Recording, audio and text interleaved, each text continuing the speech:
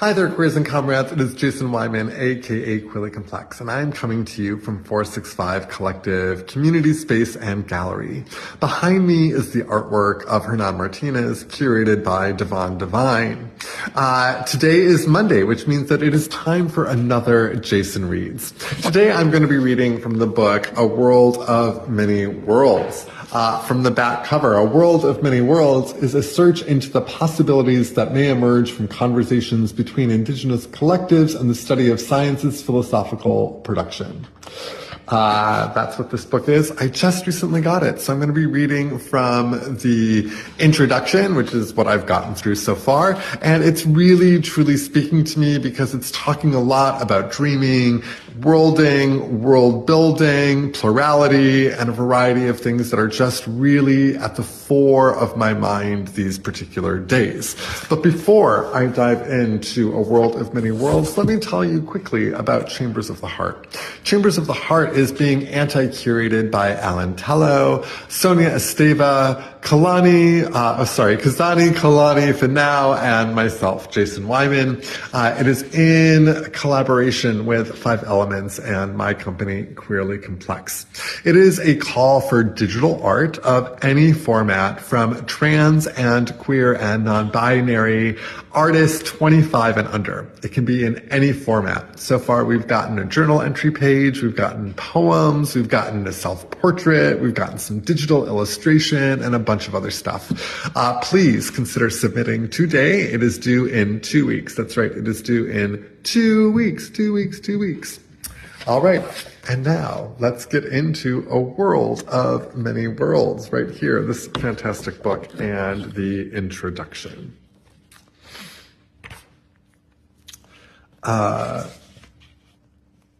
Many worlds are walked in the world.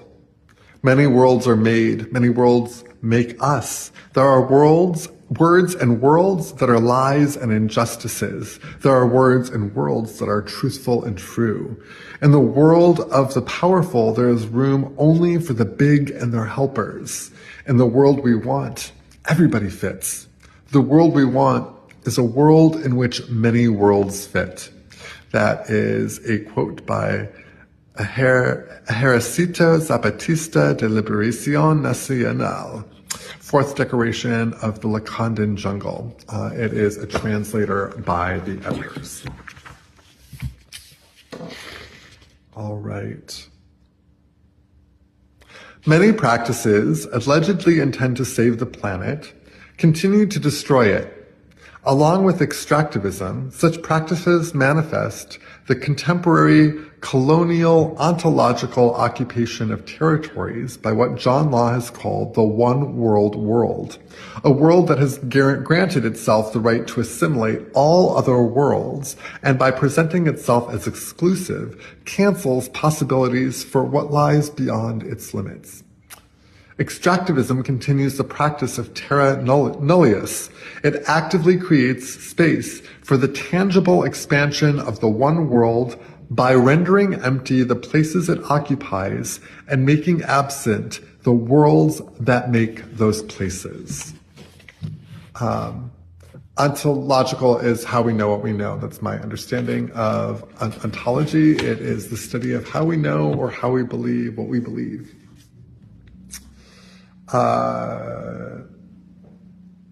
Let's see. Their alliance is summoned by what Isabel Stengers calls interests in common which are not the same interest, or what we see as the making of an uncommons, the negotiated coming together of heterogeneous worlds and their practices, as they strive for what makes each of them be what they are, which is also not without others.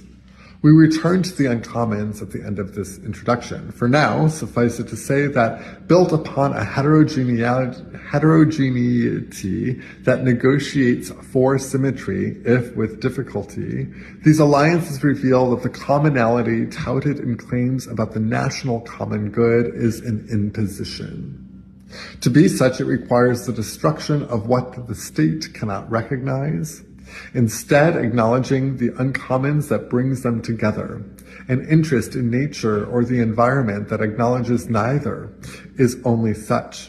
These alliances may also be capable of refracting the course of the one world and proposing, as in the Zapatista Declaration, the practice of a world of many worlds, or what we call a pluriverse, the heterogeneous worldings coming together as a political ecology of practices, negotiating their difficult being together in heterogeneity.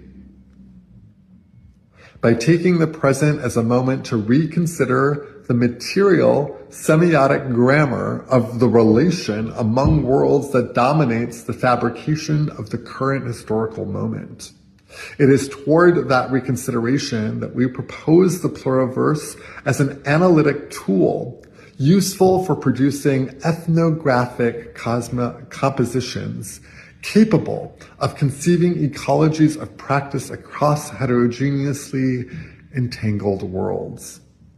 Our proposal for the pluriverse as analytic is not only an abstraction.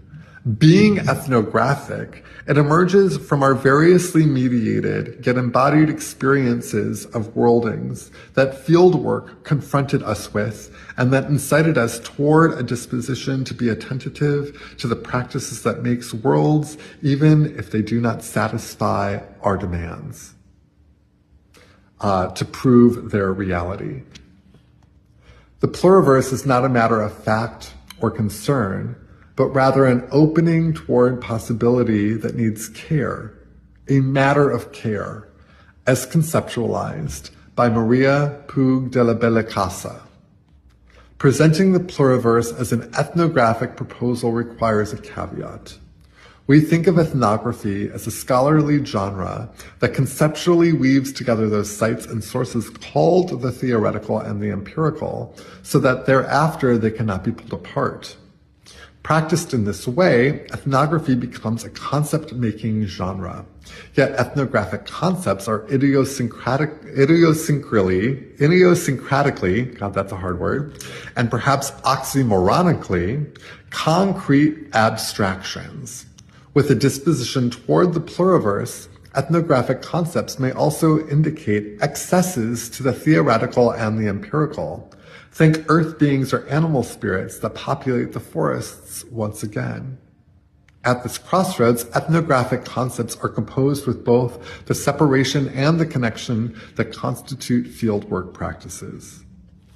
We use the term political ontology to designate an imaginary for a politics of reality and a field that stands for political economy and political ecology formulated with ideas of nature and economic growth are insufficient, at times even unable, to think antagonisms that, for example, involve things like mountains and forests that emerge as resources through some practices, but also as persons through other practices.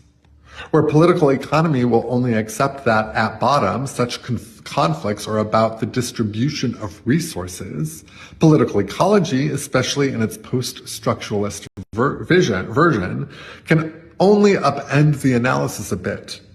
At best, the conflicts are between perspectives on the mountain or the forest, neither of which cease to ultimately be only what they are.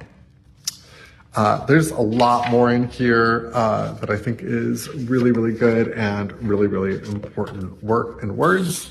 And I just want to say this. I am someone that never graduated university. In fact, I was expelled from university for being out and queer in the 90s, actually. So I am not an academician in the least. And I have been, in a lot of ways, engaged in a practice of ethnographic study my entire adult life since coming out. In fact, coming out is a form of ethnographic discovery. That's what I truly believe. In order to truly come out, one has to actually have questioned things about themselves, that others have taken for granted or placed onto someone. And in order to come out, you have to undo other people's perceptions of yourself in order to find the perception of yourself. At least that's how it was for me. And that included an examination of race. It included an examination of gender and class. And it included an examination of sexuality. For me, this book is academicians finally writing down my experience of the world outside of the academy. I'm not a part of the academy. I don't like the academy. I bristle at it. I find myself rejecting it frequently. I find myself walking out of rooms with too many academicians. I just... I'm very grateful to have that, and also to know when to check my own bias, because if I don't check my own bias, I actually miss things that might be important to myself and to the liberation of the peoples that I call comrades. And this book right here, so far in the introduction, is giving language and concept and theory to my art practice of the last 20 plus years. I feel seen. I feel very seen by this book. So go check it out. It is A World of Many Worlds. It is by Marisol de la Cadena and Mario Blaser. They are the editors. All right. As always, go and check out queerlycomplex.com. Dig around, click some things, follow me, sign up for my newsletter, all the stuff. Ciao, y'all.